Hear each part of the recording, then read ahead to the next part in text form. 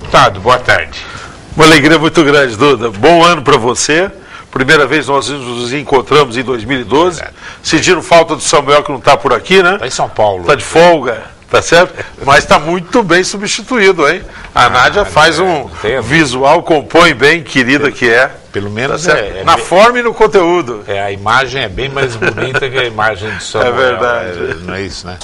Bom, eu tenho um carinho especial pelo Arnaldo, tenho manifestado isso mais de uma vez na TV Prevê.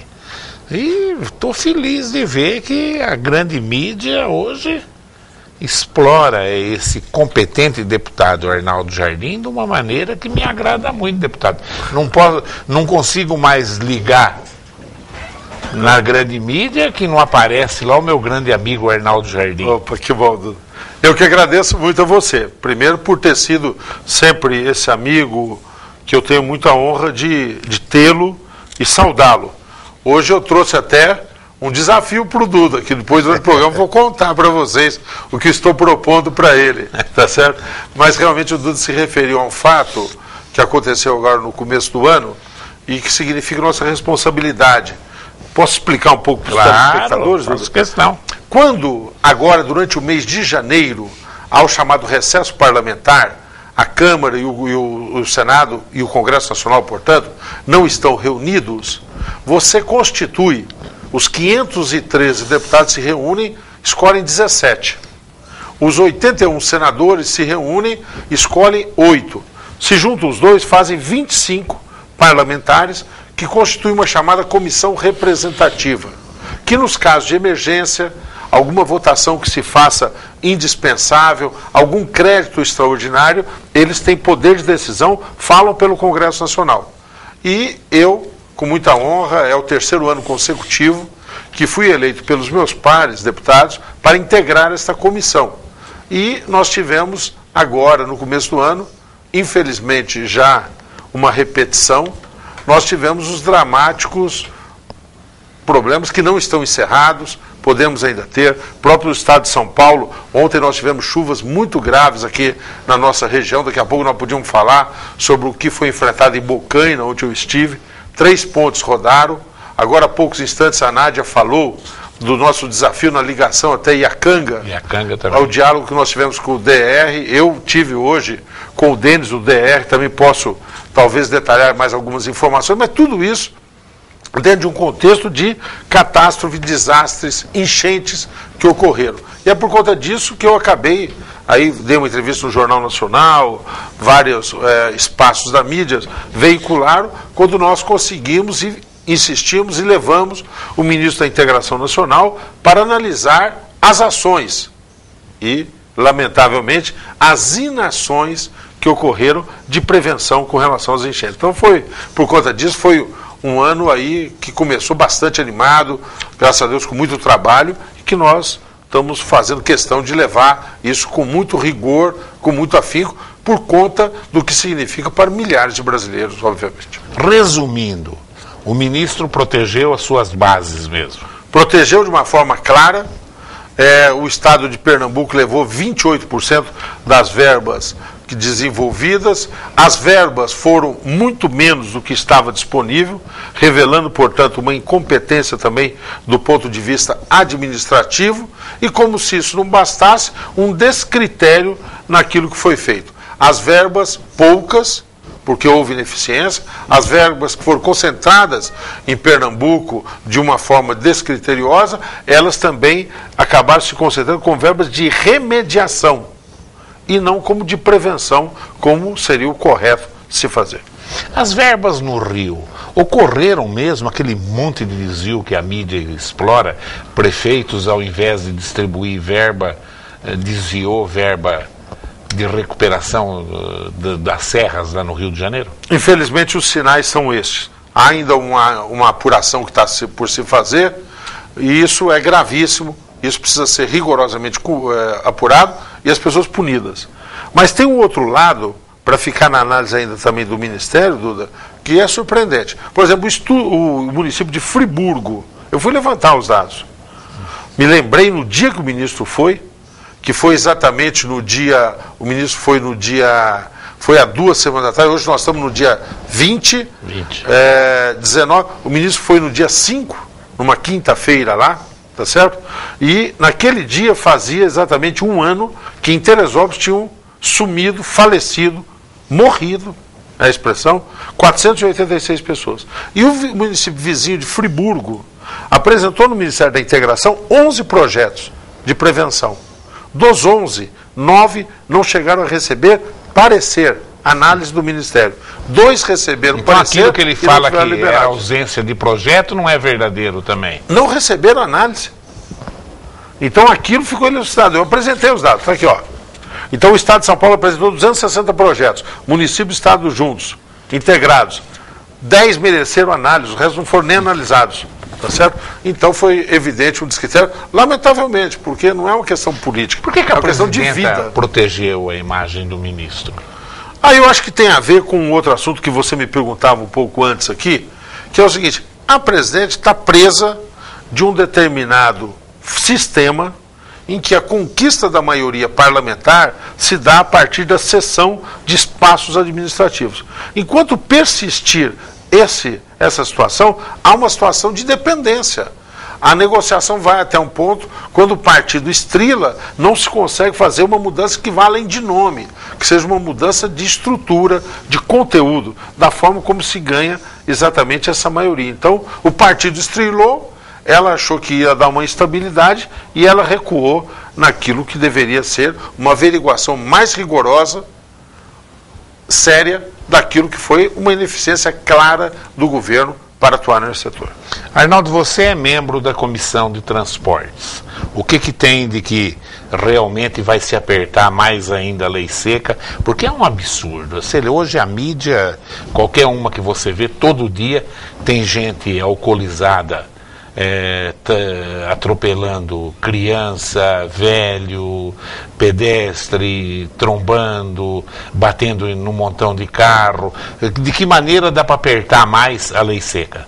Primeiro, falar da virtude da lei seca, né, Dudu? Porque eu acho que muitas vezes a gente vai tocando, vendo os desafios e precisam ser analisados, mas olhar para trás. Eu participei de vários debates na Câmara, você sabe, me deu a oportunidade algumas vezes vir aqui, que a gente tem que vir para prestar contas, falar as coisas, receber críticas, sugestões para melhorar o trabalho também. Eu continuo pedindo que sempre essas sugestões, que muitas vezes vêm aqui para mim, pelo Duda, pela TV Prevê, vocês, por favor, continuem a fazer.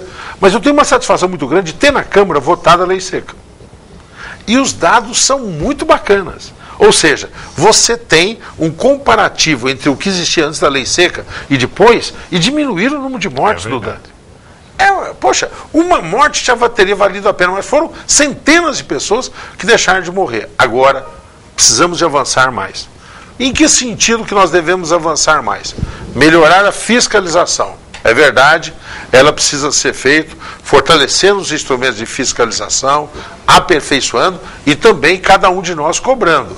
Aquele gesto de, põe o cinto de segurança, ou aquele gesto de, saímos aqui, hoje eu bebo e você dirige amanhã e tal. Então, a sociedade também precisa se preparar. O dado é estarrecedor, Duda. O dado é estarrecedor. Porque hoje, da morte de jovens, 40% das mortes de jovens estão associados a acidentes de trânsito. É verdade. O resto tem a questão toda do tráfico e do crime. E o percentual do ponto de vista de saúde, doenças congênitas, cai a um percentual muito pequenininho. É verdade. Hoje. É lógico que precisa cuidar da saúde também, mas que bom que essa saúde tenha diminuído as incidências, falecimento das pessoas, mas esse número dramático de acidentes de trânsito. Então, solidariedade, fiscalização e legislação. Nós vamos endurecer. Por quê? Porque aquela situação da pessoa chegar assim, fala enrolado, está tropeçando, está vomitando, ali no banco de trás a imagem é da garrafa de cachaça, das cervejas jogadas, tudo mais e tal, eu falo, não vou fazer exame de bafômetro, então não está comprovado que estava alcoolizado. Tá certo? Então nós estamos pensando, já há projetos, são 11 os projetos que existem, e a comissão lá de transportes, o presidente designou a mim. O deputado Edson Ezequiel de Minas já designou a mim, juntou esses 11 projetos Eu vou fazer um encontro agora em março para discutir todos, com o ponto de vista com juristas, com as autoridades de trânsito, policiais, para fazer esse projeto, até psicólogos também, e nós vamos fazer um seminário para fazer a legislação. Mas nós vamos endurecer. Ah, Arnaldo, mas vai correr o risco, de repente tem um policial que invoca com o sujeito, e aí pode ser que ele estava bêbado, então vai ter também, depois vão surgir um ou outro problema. Mas qual é o rumo? Formar provas. Então, se a pessoa se recusou a fazer um bafômetro, mas tem 3, 4 ali que atestam o estado de embriaguez, tá certo? Que a pessoa não consegue andar, que a pessoa tropeçou, que a pessoa... Você tem outras formas de caracterizar para não deixar uma situação de o bafômetro impunidade. Deveria ser um direito do motorista provar que não está bêbado. Ele exigir para... Porque, o senhor está embriagado. Não, eu quero o bafômetro porque eu não estou. Entendeu? Inverter isso daí.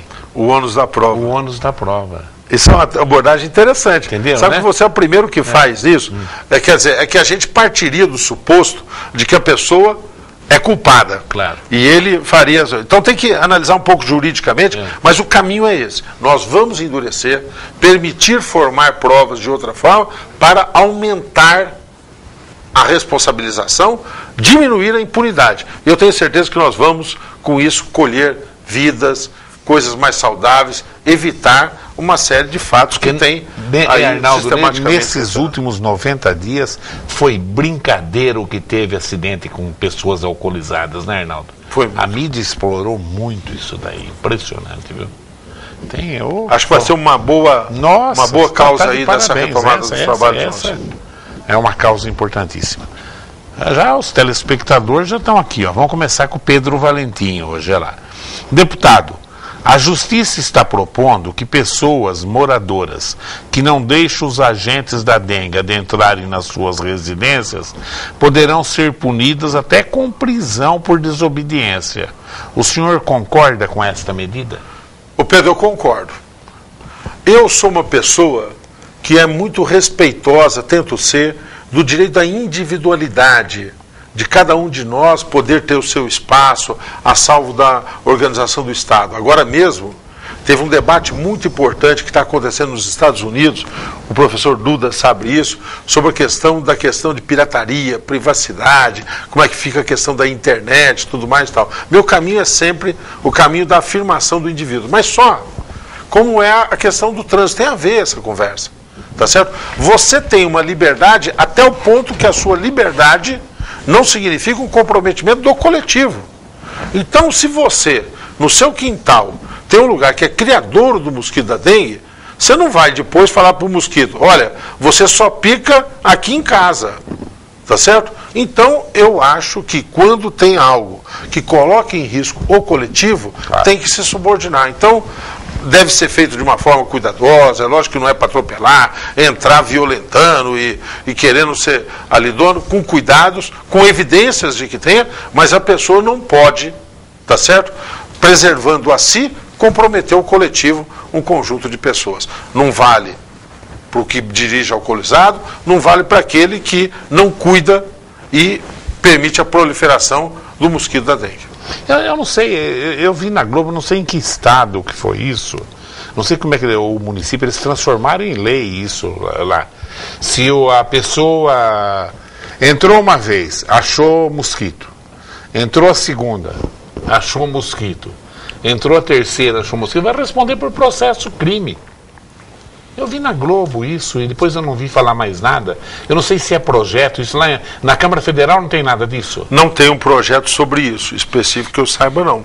Tá, vamos falar assim, eu visito a tua residência, encontramos o criador. Que evidencia isso. Claro. Aí eu volto dali 10 dias, outra vez o criador. Tem uma seminário, porque nós estamos discutindo, Pedro, claro, obrigado por isso você levantar uma discussão tão interessante, que o Duda já pegou um lado. Vamos pegar um outro lado, tá certo? Você acha que deve ser punido o pai que não cuida para que a criança vá na escola? Tá certo? Por outro lado, parece assim, ó, o menor, então o pai é responsável, mas o pai decide que a criança não deve ir para a escola. Qual é a questão aí, o limite? Tá certo? É que você tem ali um ser humano que está em formação e o fato de não ir à escola significa um prejuízo irreparável, né? Ao indivíduo e à sociedade. Claro.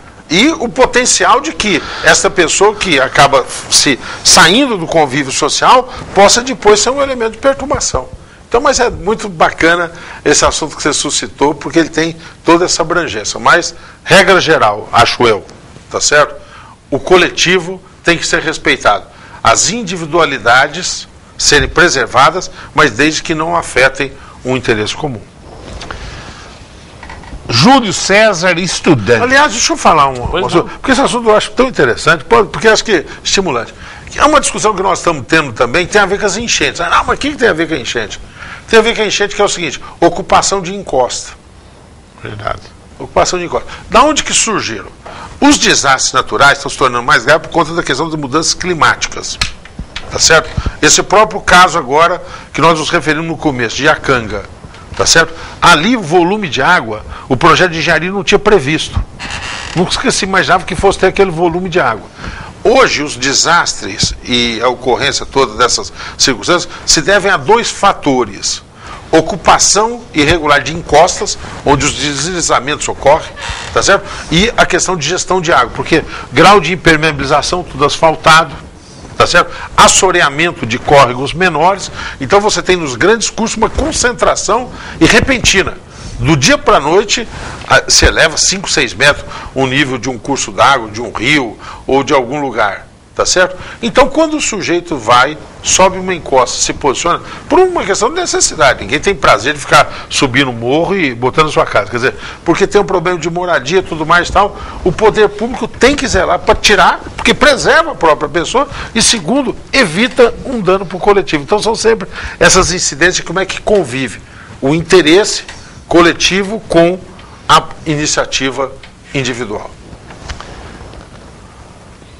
Júlio César. Júlio César, estudante. Boa tarde, professor Duda. Boa tarde, deputado. Tive a oportunidade de estar com o senhor na casa do saudoso César Scudeler. Gostaria apenas de agradecer por tudo que tem atuado na nossa cidade. Ah, jovem, olha lá.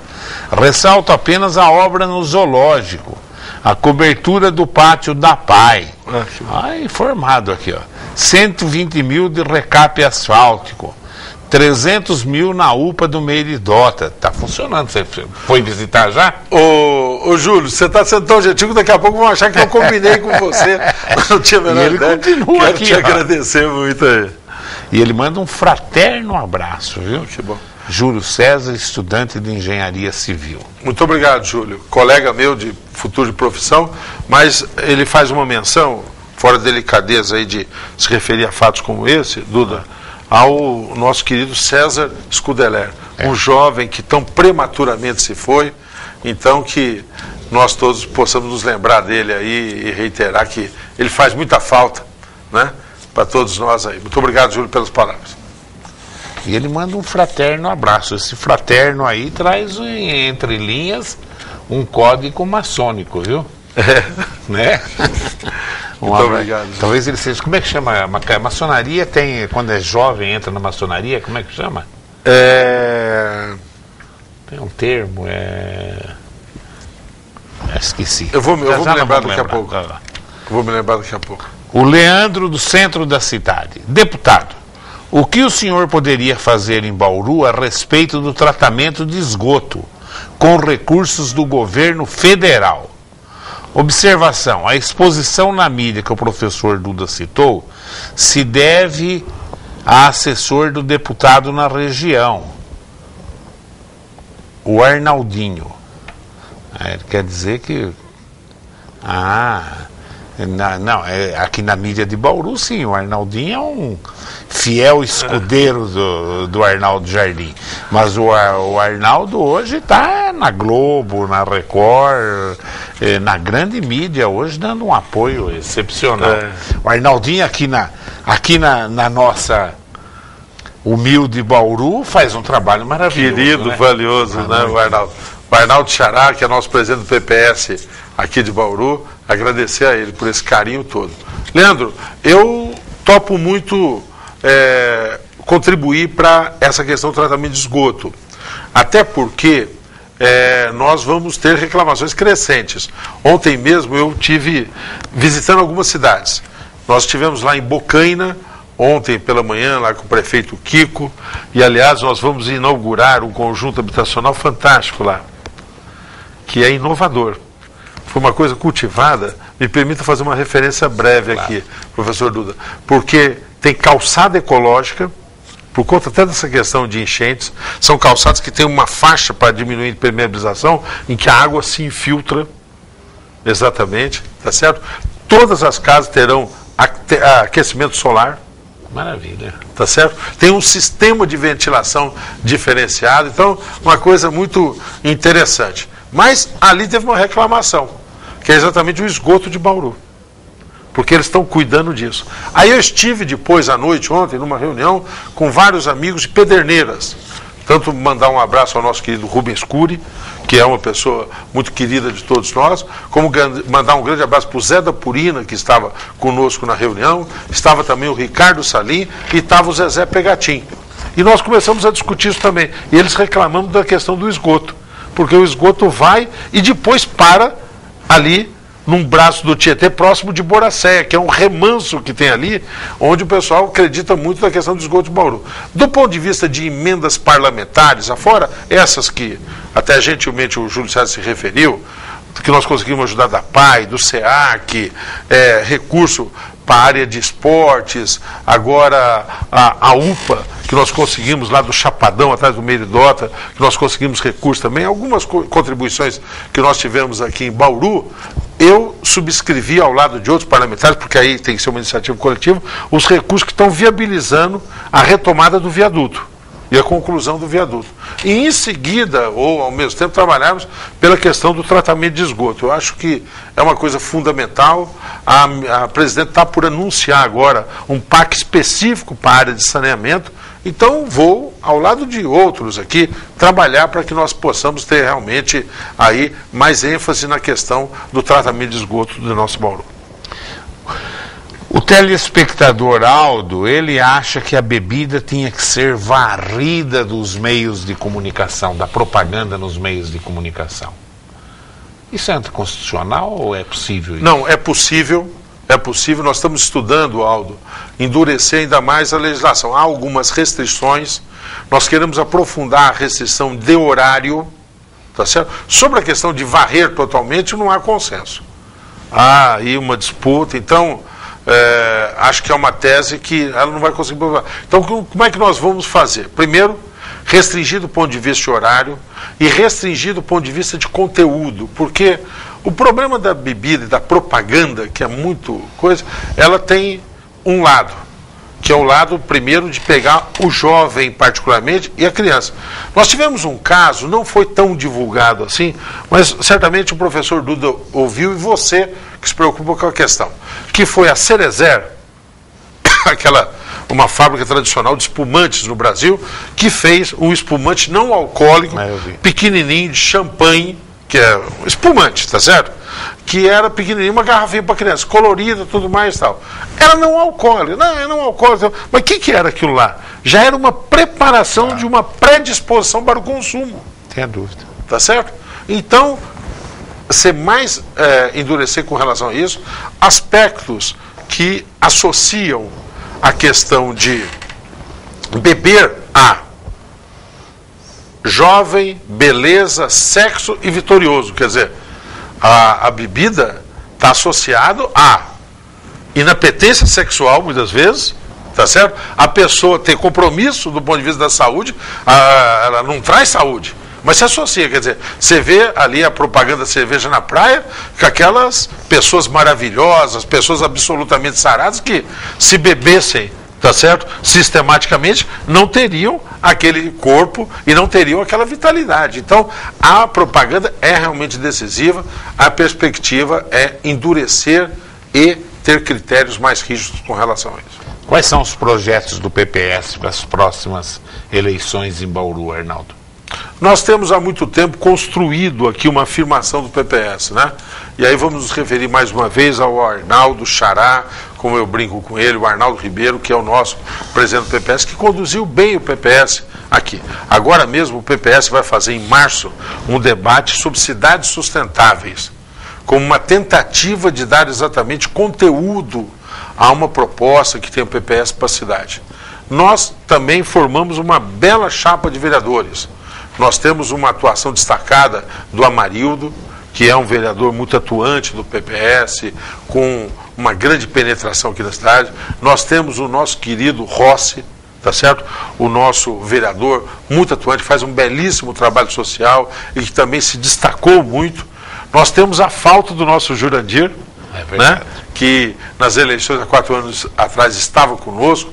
Hoje eu fiz uma visita lá na USP, nós estávamos comentando, vendo algumas obras, inclusive do Jurandir nesse sentido, mas nós temos outras pessoas que vieram agregar, várias pessoas, mulheres que vieram fortalecer o PPS, segmentos. Eu menciono um deles, simbolizando a todos, que é o Clemente, que é uma pessoa que é muito atuante, reconhecido na cidade, com experiência administrativa, com formação, que também integrará a nossa chapa. Então nós temos uma boa chapa de vereadores. Do ponto de vista de aliança, nós temos uma conversa desenvolvida, sistemática há muito tempo, com o PV, com o Gazeta, tá certo?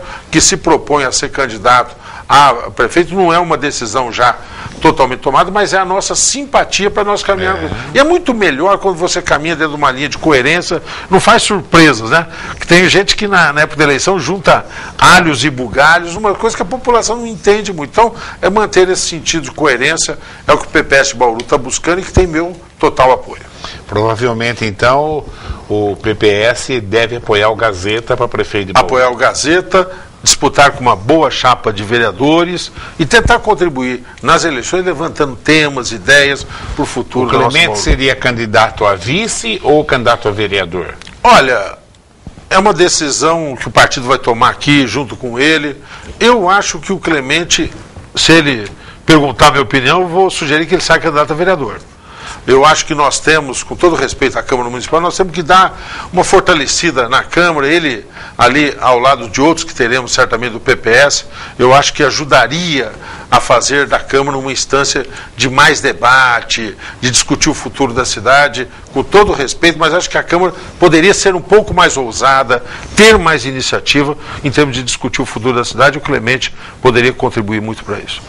Já o Paulo Radoc diz que a minha assessoria funciona também, viu? Ele já passou aqui. Professor, sobre a maçonaria para jovens. Não sei como é que eu fui esquecer o nome. Demolei, eu me lembrei. Inclusive eu tenho 2 netos que são isso. Demolei, viu? Obrigado, Paulinho. Você tarda, mas não falha. Tudo bem, Paulo. Vocês que falou, aquele próprio menino que fez a pergunta, relatou toda uma grande parte das obras suas. Mas o Luciano Pires, será que é o grande Luciano Pires, filho? É o filho, será?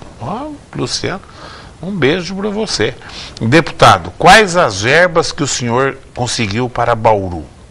Atualmente, for falar todas as verbas, você pode responder a segunda parte da pergunta se quiser. Em quais trabalhos o senhor está empenhado em prol da cidade? Olha, primeiro, Luciano, obrigado pela sua referência. Nós mencionamos aí do que significou nesse período mais recente auxílio a algumas entidades, como é o caso da PAI. Aliás, quero me desculpar aqui publicamente que a dona Olga, ela me ligou: Arnaldo, você tem que passar hoje na PAI. Hoje eu não vou conseguir, dona Olga, mas sábado que vem eu estou de volta aqui à região. Ontem eu fui a Boracéia, depois fizemos uma reunião em Jaú, fui a Barra Bonita, depois...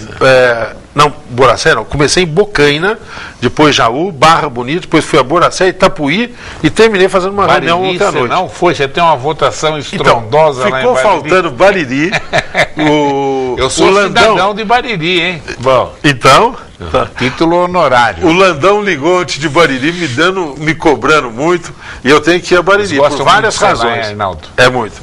Bariri eu tive uma votação muito expressiva, quero agradecer muito. Agora, olha, chegou uma circunstância que em dezembro foi inaugurado um grande centro esportivo. Eu consegui R$750 mil, nós inauguramos lá, que é uma nova referência de Bariri. Eu não consegui no dia da inauguração, até estou querendo ir lá para vê-lo. Agora tive um movimento social muito importante, que eu quero cumprimentar as pessoas que fizeram, que se preocupam com a questão de maltrato aos animais.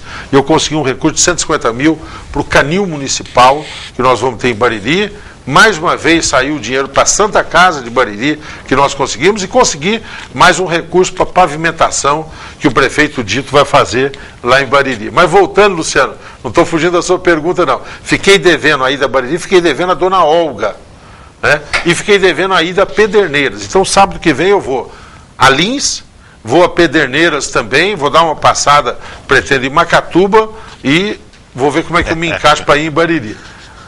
Luciano, verbas aqui para a PAI, verba para o SEAC, toda a reconstrução ali em torno do zoológico que nós conseguimos fazer, foi mencionado aqui, recursos para a UPA do Jardim Chapadão e agora recursos para a área de esporte também, onde nós estamos terminando de definir com os vereadores onde é que serão aplicados aqui. Além disso, um dos deputados, cada deputado só podia escolher uma cidade, é assim que se faz quando a emenda é maior, coletiva, para fazermos os recursos que estão viabilizando a retomada da construção do viaduto. São algumas verbas imediatas. Este ano nós estamos discutindo aqui com o nosso grupo do PPS, as entidades que serão atendidas e os recursos que nós vamos.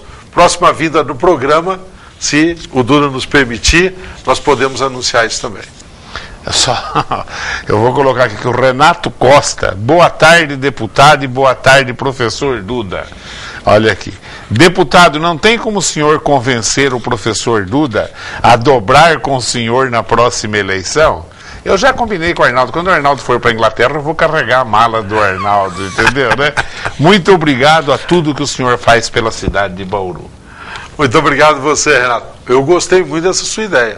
E eu vou aproveitar, eu fiz hoje uma brincadeira, fiz uma observação no início, falei que eu ia mencionar ao longo do programa, mas está na hora, então. Está na hora. Está na hora por conta disso, você me permite aí, tá certo? Eu hoje trouxe para o Duda uma pequena lembrança, porque eu sempre faço. Eu trouxe o livro do Boni, que é um livro que trata a trajetória de uma pessoa que foi responsável por uma grande transformação que teve aí a Rede Globo, transformou a Globo como é. E ele é muito saboroso, esse livro, né? Porque ele conta como é que era a época do grupo Time Life, na época da ditadura, como é que fez com a Globo como é que se fez a revisão, depois a ruptura dele para a Globo, e eu fiz aí uma dedicatória dizendo assim, olha, esse livro tem pontos de inovação, ousadia, estabelecer novos paradigmas, e você, professor Duda, está desafiado. O Duda constituiu aqui a TV Prevê.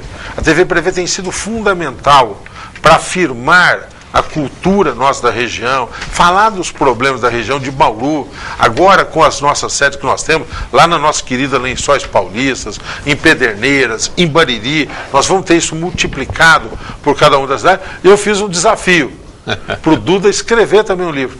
Toda essa história, Duda, Obrigado. Como é que foi constituir aqui a TV, os desafios enfrentados, que teve momentos que você teve que fazer escolhas aqui decisivas. Como é que você consegue se manter como uma pessoa que tem opinião, mas que ao mesmo tempo tem o respeito de todas as forças políticas aqui de Bauru? Você sabe que a minha trajetória inicial aqui de Bauru tem muito a ver com uma pessoa que é um amigo comum que nós tínhamos, faleceu, que era o Mussa Tobias. O grande amigo. Que era uma pessoa que pensava muito em cidade, foi muito amigo meu, tá certo? Eu acho que gostava muito de você. A primeira pessoa que me chamou a atenção sobre Arnaldo Jardim foi o Mussa Tobias.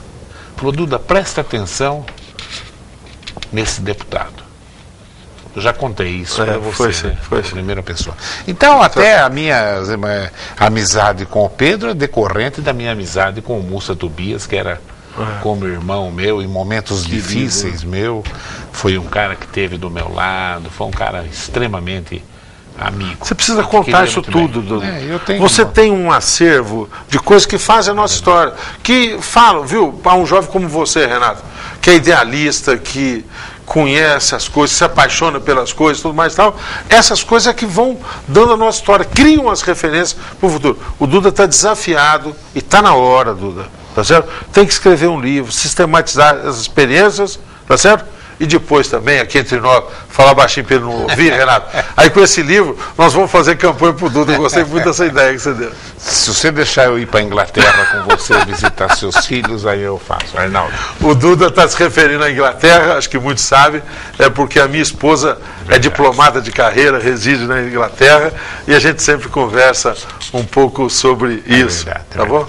Muito obrigado. O Arnaldo tem uma vida privada invejável, maravilhosa, e ele é realmente essa pessoa espetacular que ele parece no vídeo, uma pessoa extremamente simples, de uma cultura invejável, um engenheiro de uma cultura invejável, e que falar o Arnaldo é deputado federal, eu acho que é pouco para Arnaldo Jardim. Arnaldo Jardim pode galgar degraus maiores ainda que do de deputado federal. Isso me deixaria extremamente feliz, extremamente alegre, viu, Arnaldo? Muito obrigado, Duda. Tá? Eu quero agradecer a sua audiência e continue aí ligado nos horários alternativos da TV Prevê. Tchau.